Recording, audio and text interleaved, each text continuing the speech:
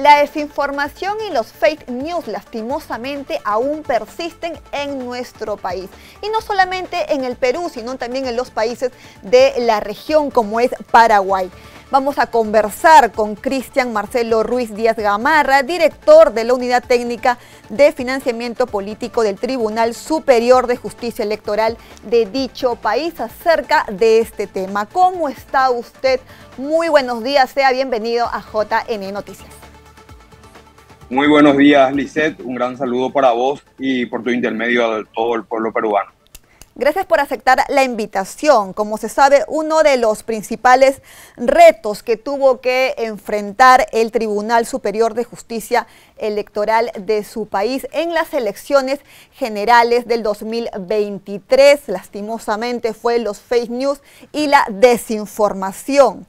¿En qué contexto electoral entonces se desarrolló estas elecciones, por favor? Bueno, así como lo decís, el pasado 30 de abril del 2023, día en que se celebraron aquí en el Paraguay las elecciones nacionales y departamentales, donde elegimos nuevas autoridades para la presidencia, también renovación de cámara de senadores, de diputados, juntas departamentales y otras autoridades. Tuvimos, varias formas por sobre todo, de transgredir la norma en lo que refiere primero a la propaganda electoral. Dentro de nuestra normativa electoral se establecen plazos dentro de los cuales se pueden realizar propaganda electoral y dentro de las cuales tenemos veda, tanto antes de la campaña electoral como, antes de las elecciones, así como también 60 días antes de las elecciones. Nosotros tomamos con mucha responsabilidad la situación, teniendo en cuenta que primeramente teníamos propaganda electoral fuera de plazo. Posteriormente comenzamos a ver también ya otros mensajes que se transmitían más bien por redes sociales que se utilizan con mucha frecuencia aquí en el país, como por ejemplo el Facebook, el Instagram, el Twitter, que ahora es X, en donde comenzábamos a verificar mensajes de odio, información conocida como fake news, o sea, noticias falsas, y también mucha campaña de desinformación sobre el proceso electoral. Con respecto a las campañas de desinformación a través de la plataforma Twitter, y valiéndose muchas veces, y por no decir en el 99% de los casos, valiéndose de perfiles falsos, cuestionaban, criticaban y hasta a veces mentían sobre la transparencia del proceso electoral que veníamos llevando adelante. Y era un proceso electoral muy controlado por parte de las organizaciones políticas participantes, quienes estuvieron presentes en cada una de las etapas que constituye nuestro cronograma electoral, que lo elaboramos justamente para que la ciudadanía y la clase política interesada pueda conocer cuáles son los procedimientos que vamos llevando adelante. Dice, esto es una cuestión que no solamente es característico de nuestra región, ¿verdad? Vemos que este problema se repite, ¿verdad?, en países más desarrollados, como por ejemplo tenemos el caso de Inglaterra, tenemos el caso de Francia, tenemos el caso de Alemania, que también vienen trabajando de tal manera a poder disminuir esta forma de influir en la decisión ciudadana. Porque con las campañas de desinformación lo que pudimos notar nosotros es que se influye en la conciencia del electorado al momento de poder optar la opción electoral. Entonces lo venimos tomando muy en serio, venimos analizando, estudiando, porque hay que tener en cuenta algo, Lisette, que cuesta mucho realizar restricciones a este tipo de cuestiones. ¿Por qué? Porque por lo menos en Paraguay, desconozco la constitución peruana, pero en Paraguay existe el derecho a la libertad de expresión. Es un derecho humano consagrado, como te digo, por nuestra Carta Magna, y cualquier intento de acallar o de evitar de que la persona pueda manifestarse libremente puede considerarse como algo inconstitucional. Sin embargo, también consideramos que nosotros como ciudadanos tenemos el derecho constitucional de recibir información veraz. O sea, información, ¿verdad?, no tergiversada, no amañada, informaciones que no sean falsas, de tal manera que eso de manera que eso no pueda influir en nuestro subconsciente muchas veces y en nuestro consciente, dentro de nuestra conciencia, para poder llegar a las urnas y poder depositar de manera consciente nuestra opción electoral. Asimismo, se creó un discurso de fraude por parte de los competidores de Santiago Peña, ¿no? Pese a que ganó con una gran ventaja. ¿Nos podría explicar ese detalle, por favor, con respecto al fraude que decían ahí los competidores? Bueno, principalmente ese discurso se basó sobre la tecnología que utilizamos para la emisión del voto y también para el escrutinio de los votos realizados. Tuvimos de parte, no de todos los sectores políticos o de uno o dos simplemente, que se autoproclamaron como ganadores y que con las máquinas de votación que utilizamos por ley se cargaron votos o se generaron votos en favor de uno u otro candidato. Esto nosotros lo pudimos demostrar de manera fehaciente de que no fue así. Estas máquinas de votación fueron sometidas a una auditoría internacional cuyo resultado fue la total transparencia y credibilidad que da, y seguridad también, por sobre todo, que dan estas máquinas de votación. Este resultado de auditoría nosotros lo publicamos en nuestro sitio web a libre acceso de toda la ciudadanía. No obstante, estos grupos o los referentes de estas organizaciones políticas continuaron, inclusive iniciaron acciones judiciales contra los ministros del Tribunal Superior de Justicia Electoral, pero a la fecha todas esas acciones judiciales fueron desestimadas por los órganos judiciales competentes.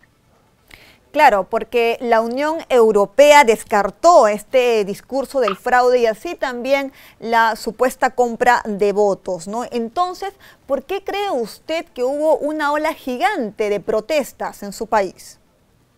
Bueno, en realidad,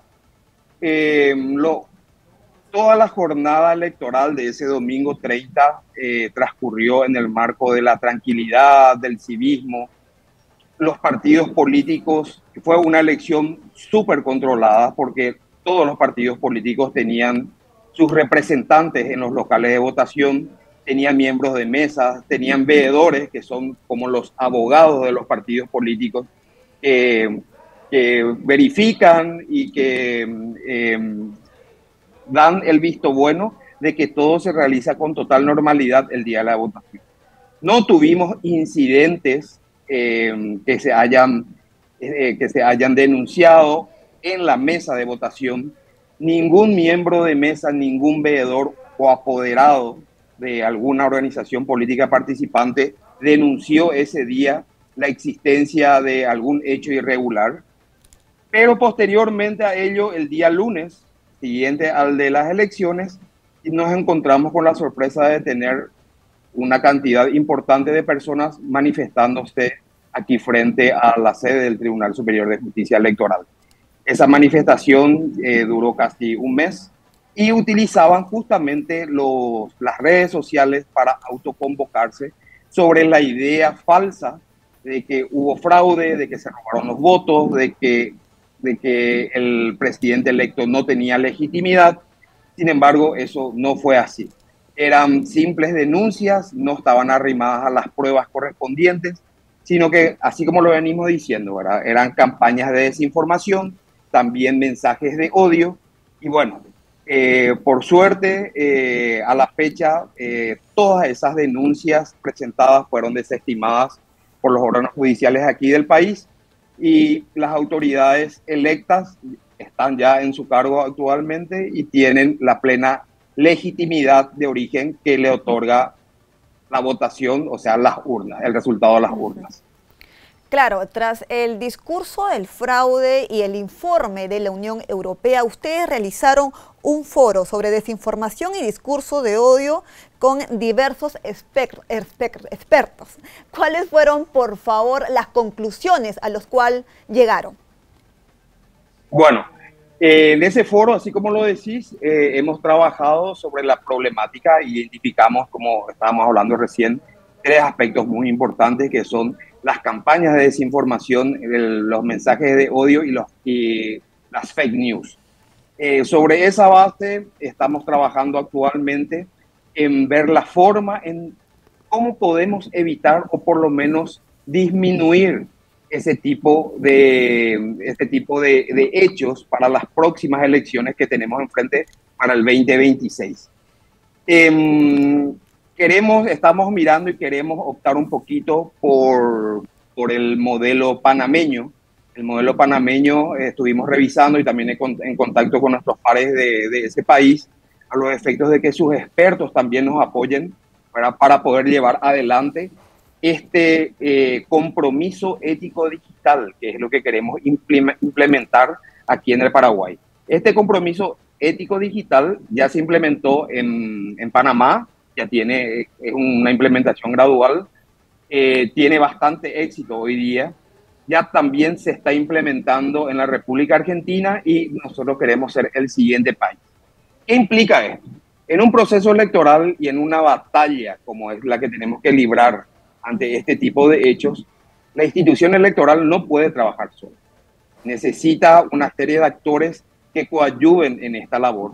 Y por ello es que con este compromiso ético digital queremos convocar a los actores políticos, o sea, representantes de organizaciones políticas, a los representantes de los medios de comunicación, porque también son muy importantes aquí en el país, a los empresarios o a las personas que regulan lo relativo a las redes sociales, de tal manera a pactar con ellos una cuestión ética que nos lleve a que se le recomiende a la ciudadanía que antes de retuitear, compartir o dar un me gusta a una publicación, verifique por lo menos el origen, ¿verdad? de la información. Y si el perfil es real o es falso.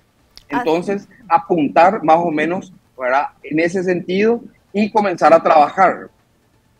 Así es, porque muchas veces al llegar una información, por ejemplo, a nuestro WhatsApp, lo que hacemos es reenviarlo, ¿no?, sin antes verificar esa información. Sin duda, es una lucha constante contra los fake news que debemos disminuir, porque quizás cesar es un poco difícil, pero no imposible. Muchas gracias por habernos acompañado el día de hoy.